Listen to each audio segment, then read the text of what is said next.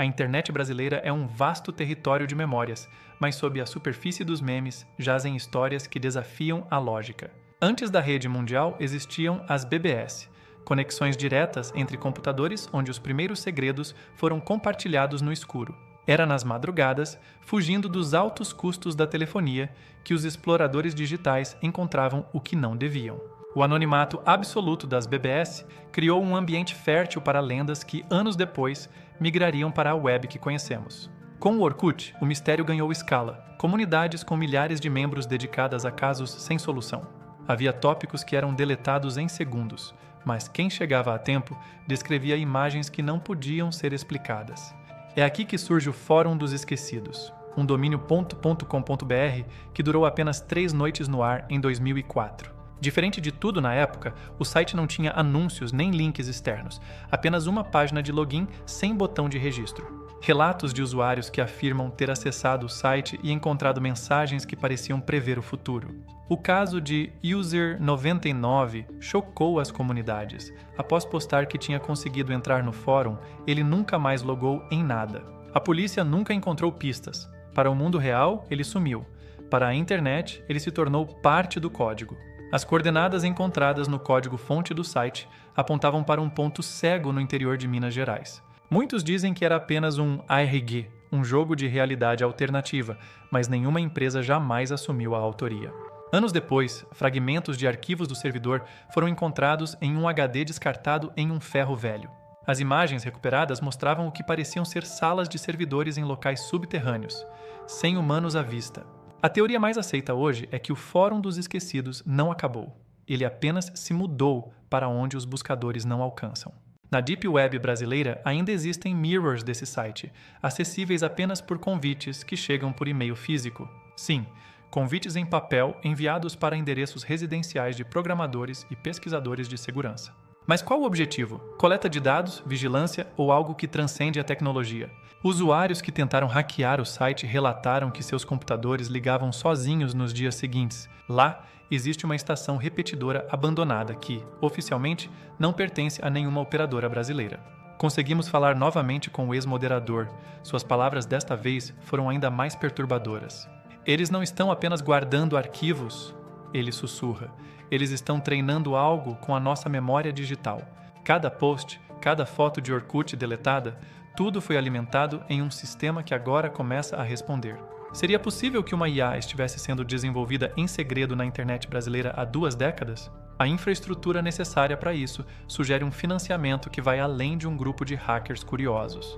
Estamos olhando para o passado, mas talvez o passado esteja nos observando para moldar o amanhã. No próximo episódio, vamos investigar as correntes de e-mail que causaram pânico real em cidades do interior. Cartas que prometiam morte e que, em alguns casos, as promessas se tornaram reais. A Internet Sombria Brasileira, uma produção que você só encontra aqui. Até a próxima investigação. Nos anos 2000, o medo não chegava por baixo da porta. Ele piscava na sua tela, esperando um clique para se espalhar como um vírus.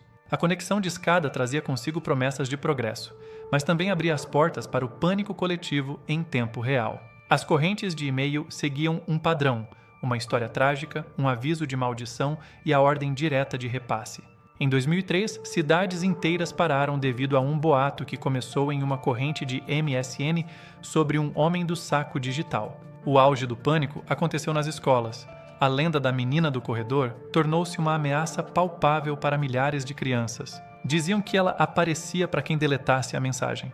O que era uma brincadeira digital tornou-se trauma psicológico real. Muitos jovens daquela geração relatam até hoje que ainda sentem um calafrio ao ouvir certos sons de notificação antigos. No MSN, o medo era instantâneo. O chamar a atenção não era apenas um sinal sonoro, era o anúncio de algo que você não queria ler. Sublinks e status misteriosos eram usados para espalhar pânico e curiosidade mórbida entre os grupos de amigos. Quem estava por trás disso? Seriam apenas adolescentes entediados ou experimentos precoces de engenharia social? Rastreamos algumas dessas mensagens até IPs que levavam a LAN houses abandonadas em São Paulo. O que era um centro de lazer tornou-se o berço das primeiras fake news de terror do Brasil. Quando milhões de pessoas recebem a mesma ameaça simultaneamente, a linha entre o digital e o real desaparece. A mídia tradicional da época não sabia como lidar com o fenômeno, o que só aumentava o mistério e o medo dos pais. O computador da família, antes um símbolo de status, tornou-se uma caixa de Pandora dentro de casa. As correntes de MSN foram os ancestrais diretos das desinformações que hoje dominam os aplicativos de mensagem. A tecnologia mudou, mas o nosso medo primordial de sermos os próximos na lista continua o mesmo. Muitas dessas correntes nunca foram explicadas. Seus criadores sumiram no vácuo da internet antiga. No Fotolog, perfis abandonados guardavam fotos que pareciam mudar de lugar a cada acesso na madrugada. O ex-moderador nos contou que o medo não era o objetivo final, mas sim a ferramenta para criar uma memória coletiva de pavor. Blogs como o Além do Clique ensinavam rituais que, se seguidos corretamente, prometiam abrir portais através da tela. Até mesmo lendas físicas, como a do boneco com a faca, ganharam versões digitais que circulavam em arquivos ocultos. Fomos pioneiros em transformar a rede em um palco para o sobrenatural, criando um folclore que ainda vive nas sombras. Os primeiros vídeos de found footage brasileiros surgiram nesses fóruns, antes mesmo do YouTube existir. O medo de clicar em um link desconhecido ainda é a maior herança daquela era de incertezas digitais. Hoje o medo é mais sofisticado, mas a raiz é a mesma, a nossa vulnerabilidade diante do desconhecido. No próximo episódio, vamos entrar no mundo dos jogos amaldiçoados e sites que não deveriam existir. Internet sombria brasileira. O medo é a única coisa que nunca desconecta. Até o próximo caso. Na era de ouro dos downloads, a curiosidade era o nosso maior perigo. Um arquivo de 2 megabytes podia ser o portal para um pesadelo sem fim. Programas como Kazaa e Emule eram a terra de ninguém. Baixávamos músicas, filmes e, sem saber, pedaços de um folclore obscuro. Muitas vezes, o download travava no final, como se o próprio computador estivesse tentando nos proteger do que estava por vir. Foi nesse cenário que surgiram os jogos .s, arquivos executáveis que prometiam diversão, mas entregavam algo muito mais sinistro. O caso mais famoso no Brasil foi o Labirinto das Sombras, um jogo que parecia um teste de reflexos comum, até o nível 13. Diziam que nesse nível, o jogo acessava sua webcam e, em vez de um monstro na tela, você via a si mesmo, mas com alguém atrás de você. Rastreamos a origem do labirinto até servidores que mudavam de IP a cada hora, tornando impossível qualquer bloqueio oficial. Especialistas em segurança da época afirmam que o código do jogo não era apenas software, era uma forma primitiva de vigilância em massa. Dentro dos arquivos .exe, programadores encontraram linhas de comando que não faziam sentido lógico, apenas visual, símbolos ocultos no binário. Mas se os jogos eram o perigo baixado, os sites da madrugada eram o perigo acessado, portais que exigiam rituais para abrir.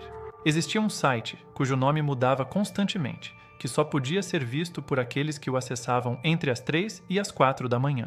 O ritual era simples: abrir o navegador, digitar o endereço e esperar 10 minutos em silêncio absoluto diante da tela branca. Após a espera, a tela não mostrava conteúdo, ela mostrava transmissões ao vivo de câmeras de segurança de locais aleatórios do Brasil. Eram lugares que você conhecia, sua rua, sua escola, até mesmo o corredor da sua própria casa, em tempo real. Quem assistia sentia que não era apenas um espectador, mas um cúmplice de algo que estava prestes a acontecer naqueles locais. Quem orquestrava tudo isso?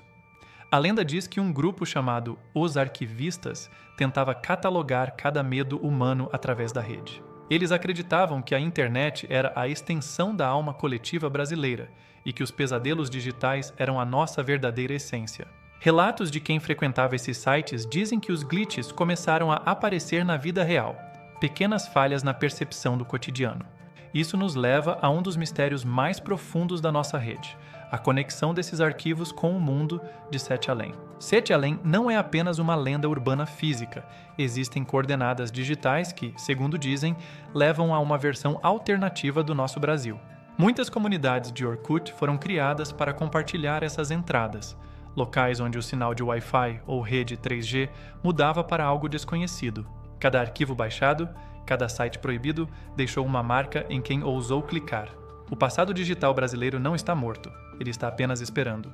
No próximo episódio, vamos atravessar de vez a fronteira, o Orkut e a descoberta da realidade paralela.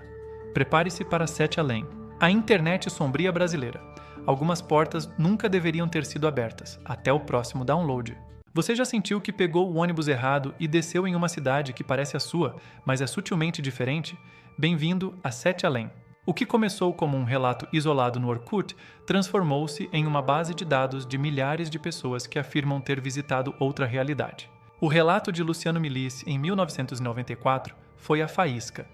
Mas foi na internet dos anos 2000 que o mapa de Sete Além começou a ser desenhado.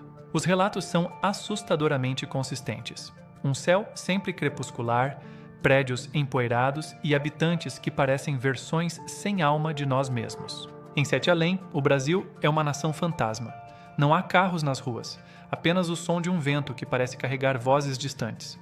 Os portais não são mágicos, são erros na renderização da realidade, elevadores, banheiros de rodoviária ou simplesmente virar a esquina errada. Comunidades como Eu Já Estive em Sete Além não eram apenas entretenimento. Para alguns, eram manuais de instrução sobre como não ser notado lá. Havia posts em tempo real. Pessoas pedindo ajuda enquanto estavam presas em versões distorcidas de suas próprias casas. O maior aviso era sempre o mesmo: não fale com eles. Se eles perceberem que você não pertence a Sete Além, você pode nunca mais sair. Luciano Milice tornou-se o historiador desse não lugar, separando a ficção dos relatos que desafiam qualquer explicação lógica. Gravações de áudio de pessoas em estado de choque, descrevendo encontros com parentes mortos que agora viviam naquela outra dimensão. Muitos físicos teóricos sugerem que Sete Além pode ser uma interpretação cerebral de uma dimensão paralela que colide com a nossa. E se a própria internet, com seu emaranhado de dados, estivesse atuando como uma antena, facilitando esses escorregões dimensionais? Relatos indicam que locais com alta concentração de sinais de rede antigos são mais propensos a manifestar entradas para Sete Além. A rodoviária do Tietê e a de Belo Horizonte são citadas repetidamente como pontos de partida involuntários para essa jornada. Um dos casos mais bizarros envolve uma mulher que voltou com um bilhete escrito em um dialeto que nenhum linguista conseguiu identificar. As análises químicas do papel mostraram que os componentes não batiam com nenhum processo de fabricação conhecido no planeta. Voltar é raro.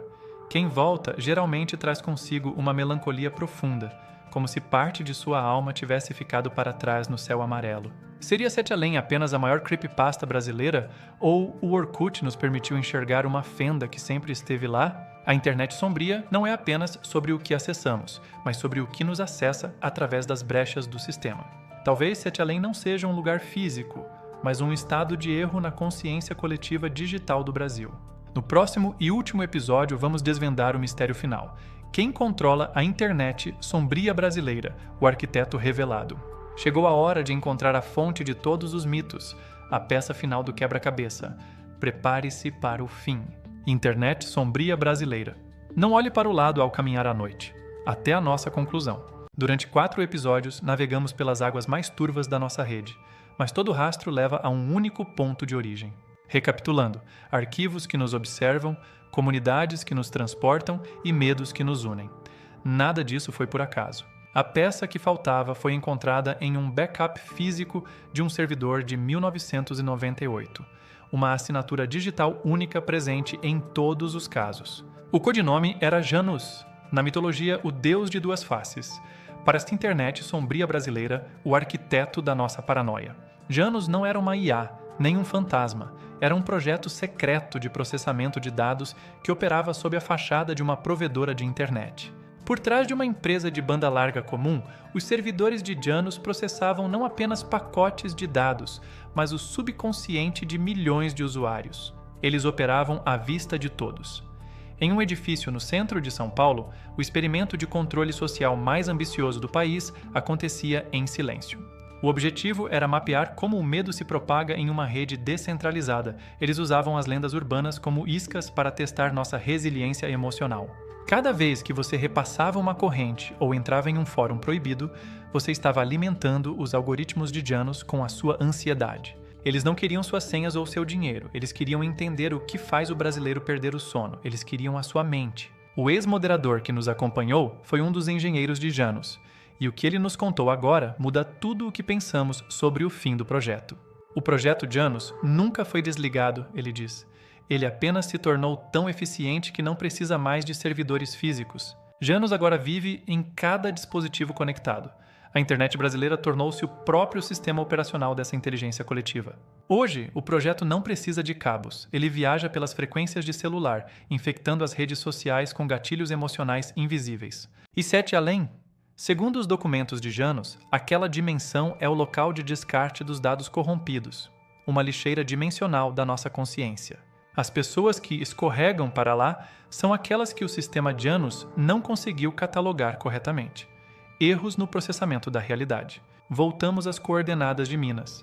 O que era uma estação fantasma é, na verdade, um dos raros pontos de acesso físico ao núcleo de Janus. Nossa equipe tentou uma entrevista.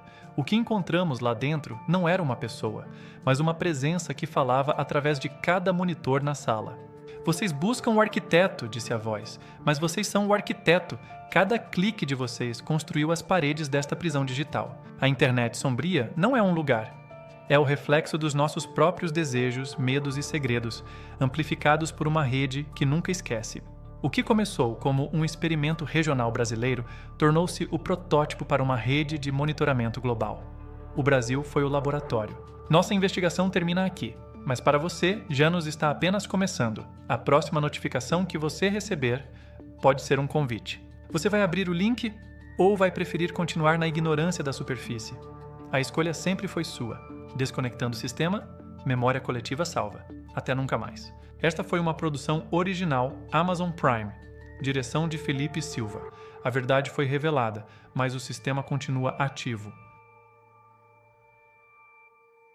O arquiteto foi apenas o começo. A rede é muito mais profunda do que imaginávamos. Nos vemos na segunda temporada, lá no Céu Amarelo.